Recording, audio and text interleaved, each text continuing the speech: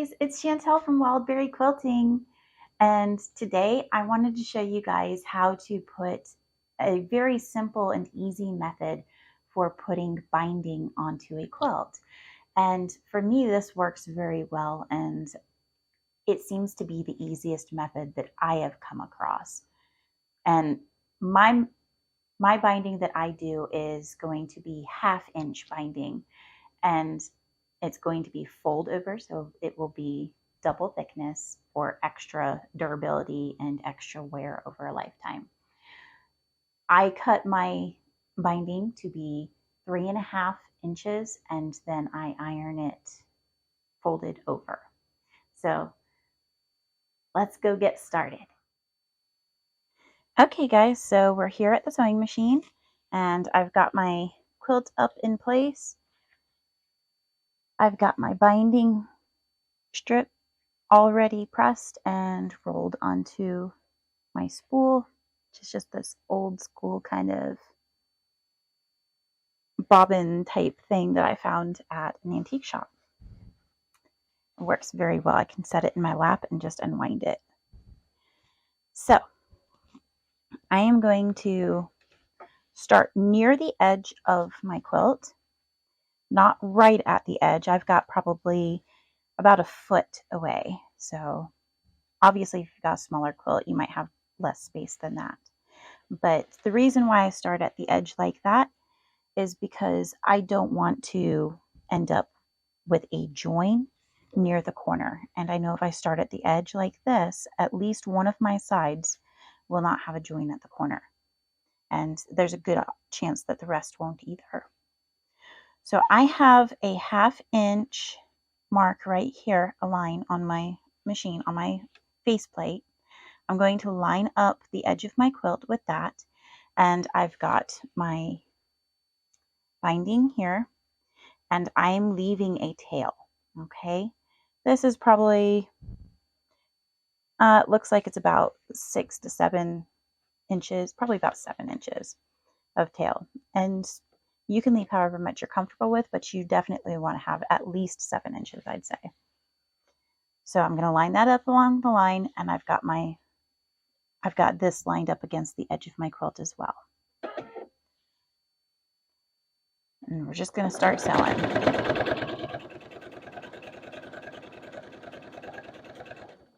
Now this method I'm showing you is the simplest way that I've found to do mitered edges, so mitered corners, sorry.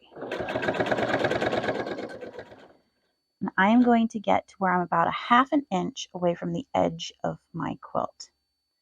And I'm actually just a little bit before that, so I'm going to lift this up before putting my needle down and just back up a tiny bit so I come down in the same spot, because I was pretty much right there. Now I'm just going to turn my quilt, and the point of the edge of my quilt is right here. I'm going to line that up and keep my binding down. And I'm just going to sew right off the edge at an angle, just like that. And cut my thread. Now I'm going to reposition my quilt, and here is where the magic really happens. I'm going to fold this up at a 90-degree angle like this. Hopefully you can see that. I'm going to fold it up at a 90-degree angle, and then I'm going to fold it straight back down over the top of itself. So let me try to do that again so that you can see exactly what I'm doing. It's coming off like this. I've sewn off the corner. I'm going to pull it up at 90 degrees, and then I'm just going to fold it straight back onto itself. It's completely flat. There's no extra wiggle room or anything I'm giving it. I'm just lining up that fold with the edge of the quilt. And now I'm going to start right at the edge, and I'm going to sew onto the quilt.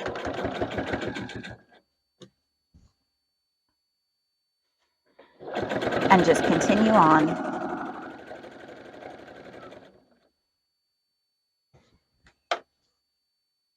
we're going to do this in each of the corners of the quilt.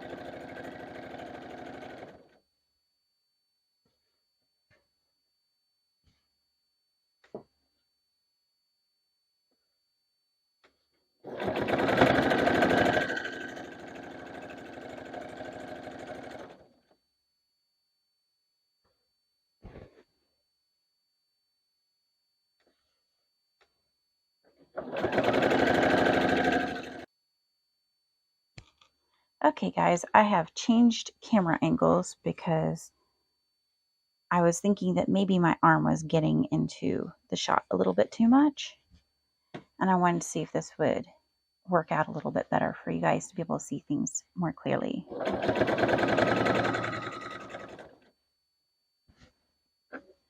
Also, all of this bulk of the quilt was kind of getting up in the way of the lens and causing it to not focus correctly. And I'm pretty sure you guys don't want to watch the entire video out of focus. So we'll just go ahead and continue on from here.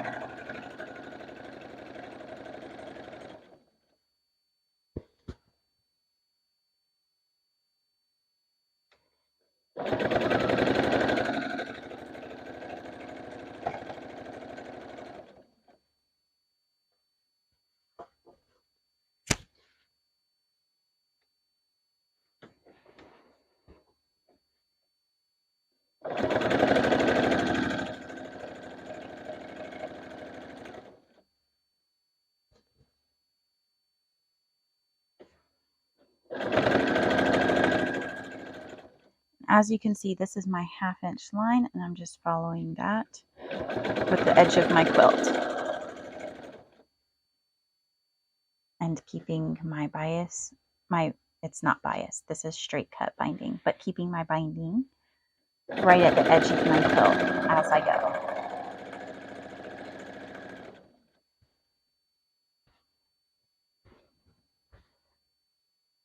If you wibble wobble a little bit, it shouldn't be too big of a deal, but if you wobble a lot, then you may want to go back and fix that. And I'll say, if you wobble too far this direction, you don't have to pull out stitches to correct it. You just have to stitch over the area correctly. If you wobbled too far in this direction, you might end up being stuck pulling out some stitches in order to make it look right. All right, we're coming up here on the corner again, and I'm just going to show you that again from a different angle. I am wanting to come up to a 1/2 inch away from the edge. Why a 1/2 inch? It's because I am doing 1/2 inch binding. So I want to be a 1/2 inch away from the edge of my quilt when I stop. So I'm going to continue on until I get to about a 1/2 inch, which is right about there. Now I'm going to turn my quilt so that my corner is lined up with this tape that I have on here, but basically you're just wanting the corner to be lined up with your needle. And you're going to sew right off of that corner, just like that. Cut your threads. Reposition this great big giant massive quilt. And then we're going to have it just as we had sewn it, going straight like this. And then I'm going to turn it up at 90 degrees. Oops. Turn it up at 90 degrees like so. So straight, 90 degrees. And then we're going to come straight back down. You want that to be flush with it, with the edge. And then I'm going to start off of the edge and just come right onto the quilt.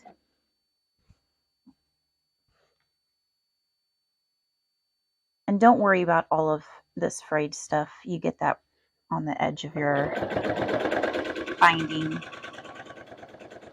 tape that you create, especially if you make it and it sits for a week before you use it. It's like the threads grow somehow.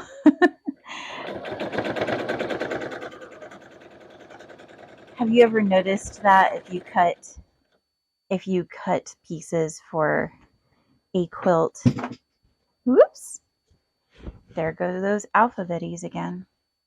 If you cut pieces for a quilt block and you don't sew it right away, well, pieces for anything really, it does it for clothing pieces too. If you don't sew it right away, it's like the fibers begin to, all of the little threads begin to unwind or unravel, and it becomes hairy.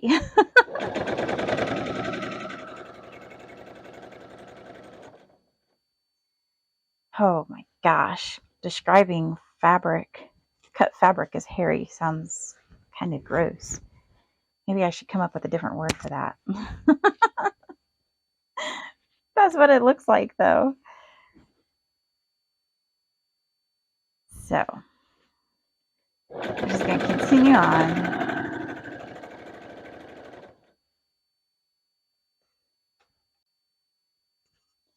And just to make sure that we got a good angle of this, I'm showing it again. I cut the film for a little bit because I figured nobody really needs to see me sewing a straight line for watch an hour of me sewing a straight line.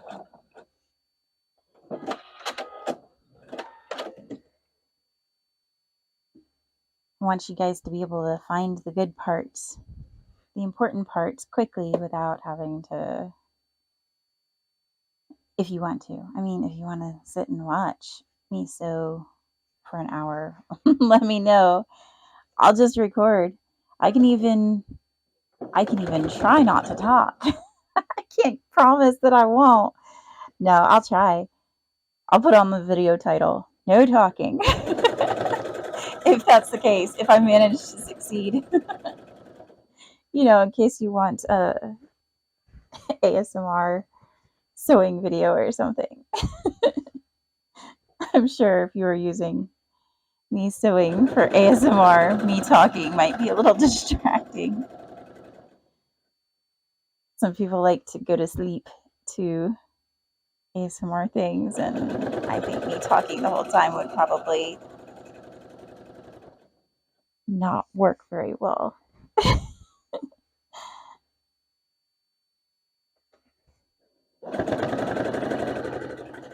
Or if you want to just listen to me talk the whole time, you can let me know that too.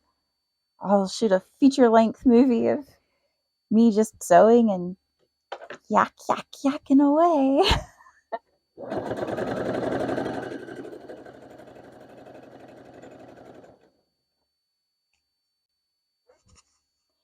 Okay guys, so I have stopped right here.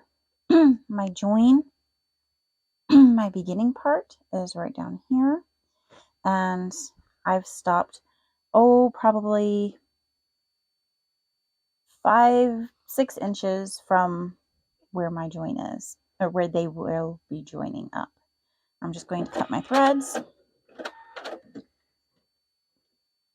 and you can see I've got this gap. Actually, it might be more like, oh, can you see that? Might be more like, 5 or 6 inches. So I just want to leave myself enough space that I will be able to comfortably join these. And I do not use any kind of fancy tool for this, unless you call scissors a fancy tool. Maybe. I just like to kind of come about halfway with one. Make sure you can see that. So I'm coming about halfway of the space I want to cover with one of the sides. I'm just going to fold that down and finger press it so I get a good crease in there. And then I'm going to come up with my other side, and I don't want to meet it all of the way. I actually want to leave a little bit of a gap there. It's going to be close. It's like maybe a 1/16 of an inch that I'm leaving there as my gap. You could maybe even go to 1/4 of an inch and be okay, depending on how long. The longer of a space that you leave here for you to join at, the wider the gap that you can use. I'm not saying to leave an inch gap. You don't want to do that. That's not a good idea. But this is probably about, actually it's probably like 1/8 of an inch is what I've got here for my gap. And just to make things easier on myself, I'm not going to trim this all the way down because I want to have a little bit of leeway. I'm just going to trim it maybe 2 inches from where I'm joining it on this side, so I don't have to wrestle with my spool while I'm also trying to put this together. Oh my gosh, my needle got stuck on my, oh, okay. So let's join it.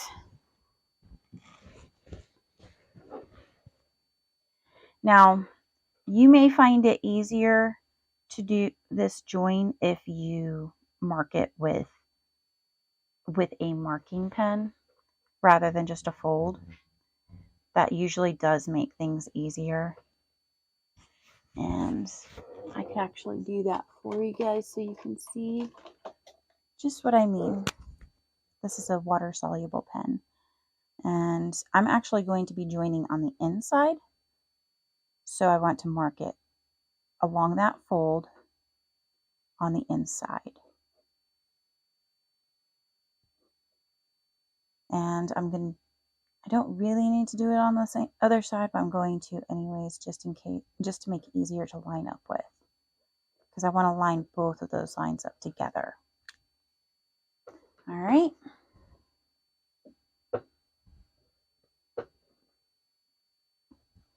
Now I've got right sides together. I've got my edge here. I'm going to fold my quilt up out of the way because we don't want to stitch the quilt itself.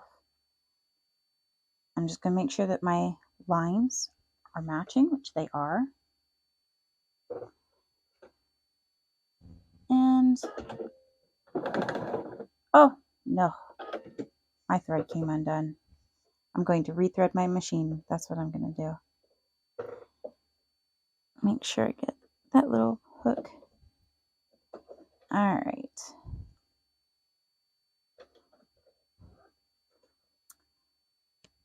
Okay, make sure I've got this lined up again.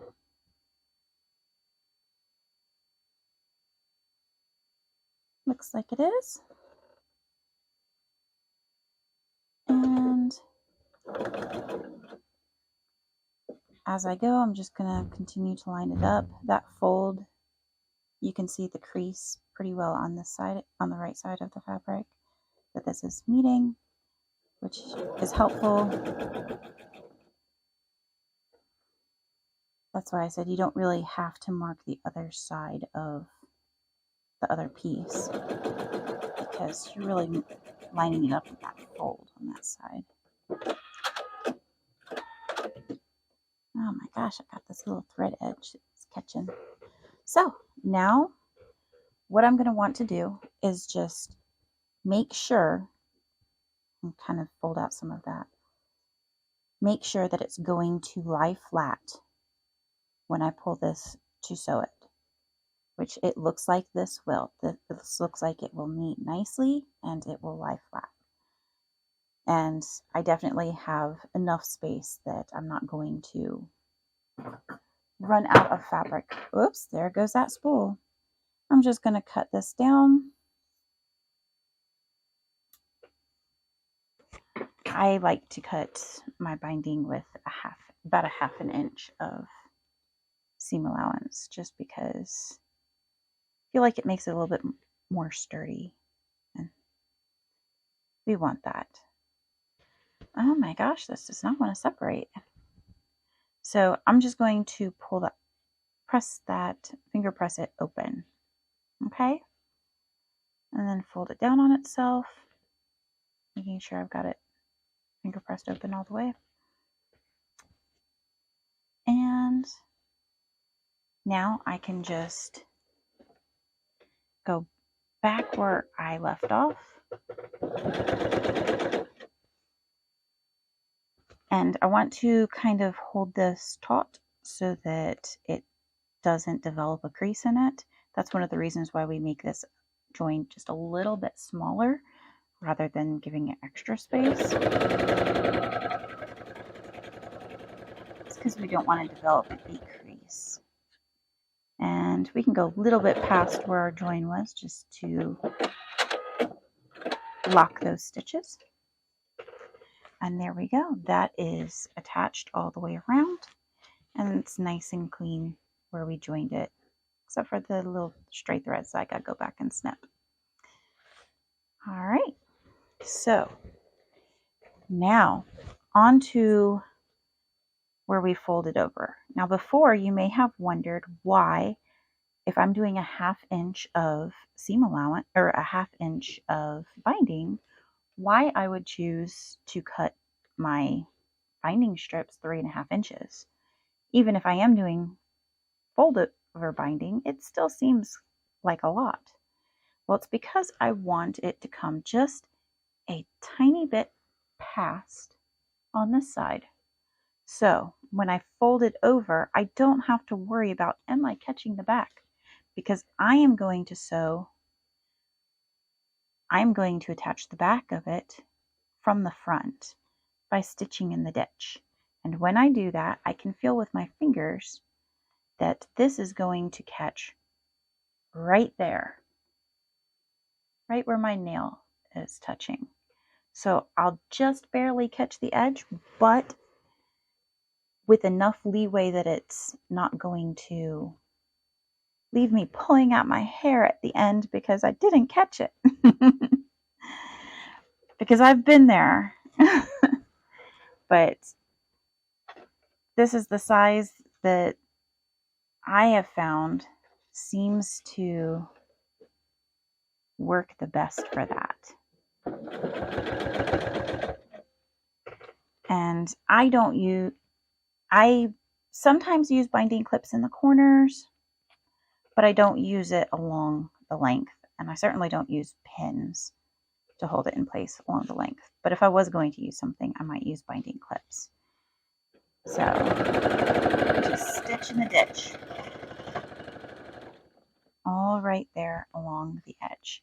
And as you can see, this is my mitered corner. You see how pretty that looks on this side? And to miter it on the reverse, I'm just going to pull it. And then I'm just going, it already wants to go in this shape. So I am just going to pull it down to where it joins there. And this is a spot where I might decide to use a pin, or not a pin, but a clip. There they are. Of course, things getting moved all around my sewing table. So I would just put a clip in right here to hold that. Maybe scooch him up just a little bit to hold that there. And if you wanted to be extra secure, you could put a clip in on this side too. So we're just gonna stitch right up to that.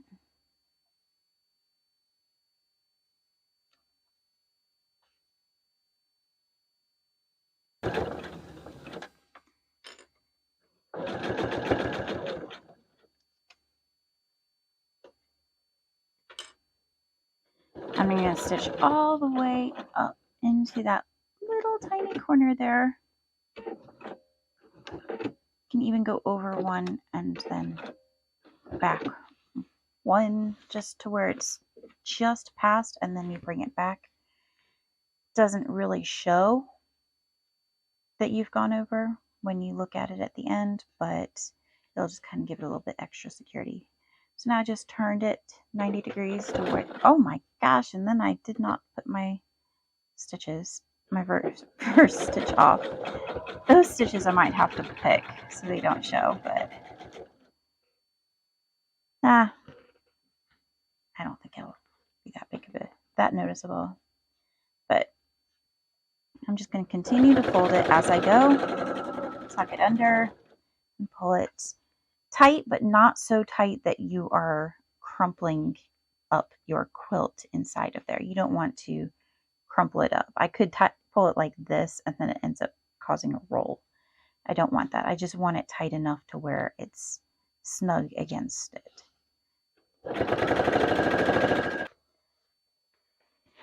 Okay, so we're coming up to another corner here.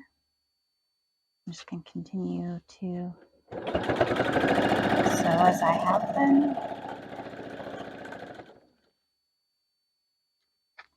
As you can see with the double fold bias binding, it goes really quickly.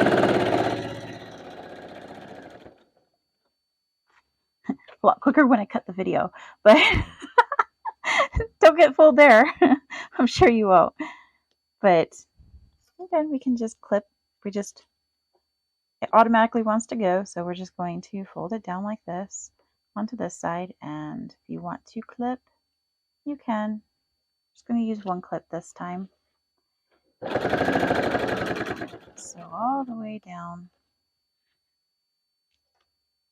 Move my clip. And get into that corner. I'm right there at that, right perfectly into that corner. So I'm just going to continue on after I adjust.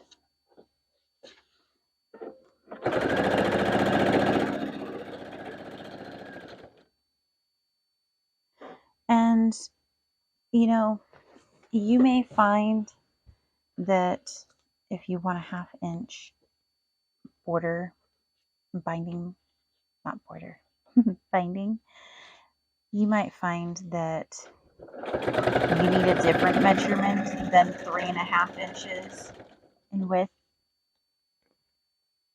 for a double fold binding. But it's really going to, I suggest using a little bit of trial and error. The reason this size works for me is basically because of the width of my quilt top. So I'm not using a very high pile of batting.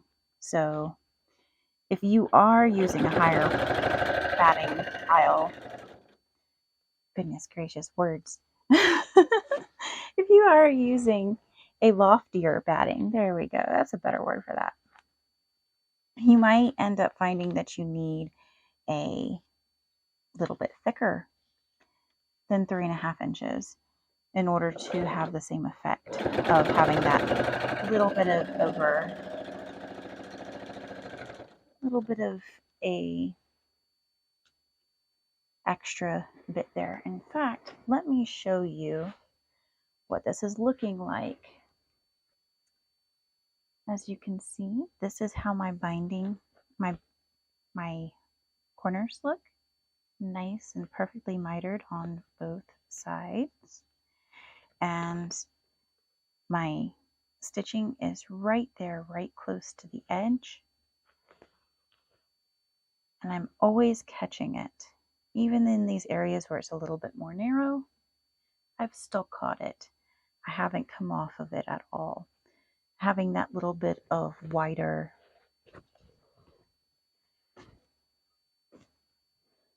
binding strip really helps to ensure that, and it doesn't add so much that it makes it look kind of funky or anything.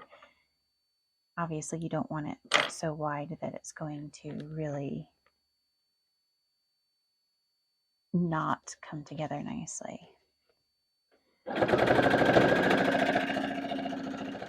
But The benefit to doing it this way is, as you can see, my stitching pretty much disappears on the front of the quilt. It is, I mean, there's a couple places where I've kind of gone up onto the binding just a smidge, but it's so, I mean, if that's your worst part, that's not bad.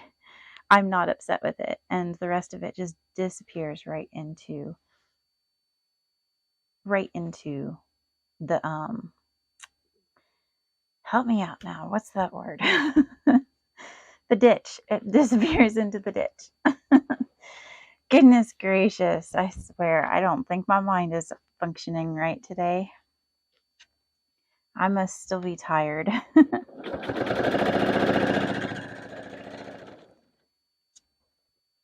I was trying to get my daughter to take a nap today and tried laying down with her on the couch to get her to go off to sleep, and she just would not do it. So I think that kind of turned my brain off a little bit, made me sleepy. I'm sure anyone who has little ones, you understand.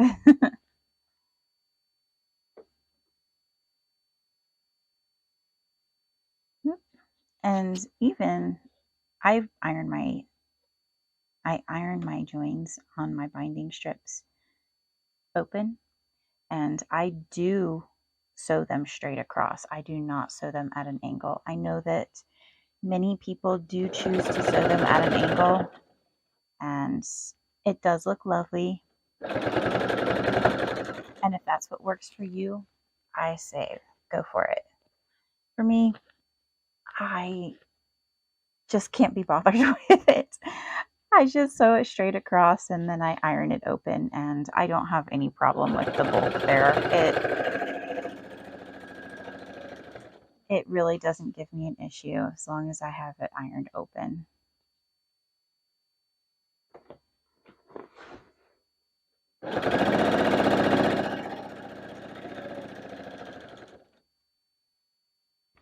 Hopefully my hand hasn't been in the way this whole time. I keep trying to look over at the camera and see, but I have to stop to do that, or else I'm going to sew right off the edge of the quilt.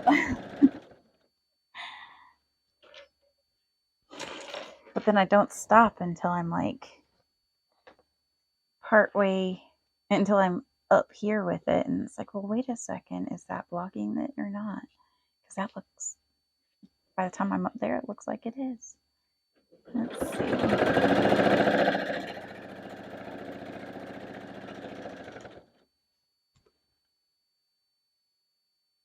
Go all wibbly wobbly with this because I'm trying to look at the camera.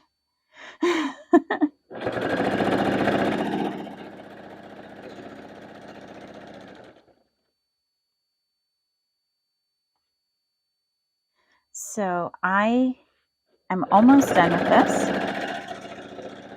and I think that, yep, see, I'm just right there, so that's all I need to do. And then this quilt would be done, except for needing a tag, which I will not do in this video. But if you'd like to see me make the tag, you know what? I was going to say, if you'd like to see me make the tag, let me know. But I think I'm just going to do a video of me putting the tag on here, because I'm sure it will be helpful to somebody.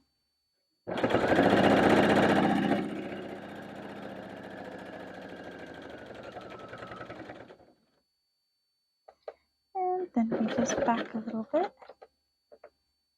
and cut my thread. And there we go. We are all done. And oh, do you see this? All that talk of not missing an edge, I did miss this. I messed that up. I didn't pull it over quite enough when I did it. So let's talk about how to fix that, because it's real life, and sometimes we have to fix stuff like this. My mitered corner looks nice, except for where I overstitched it. Remember that? That's okay. It still doesn't look bad. Just this part needs to be fixed. So I'm going to try and get in here. And I only need to pull out a few of these stitches here, not a whole lot. Just where it joined up is where I need to get my stitches pulled out. And we're still right on the edge there of where that's meeting, so I'm going to continue to pull just a little bit more.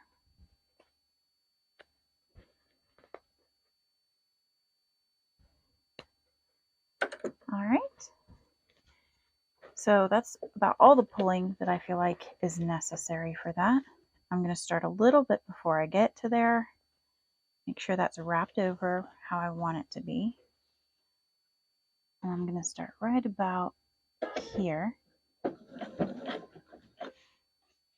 And I'm just going to make sure it's pulled over enough before I continue on.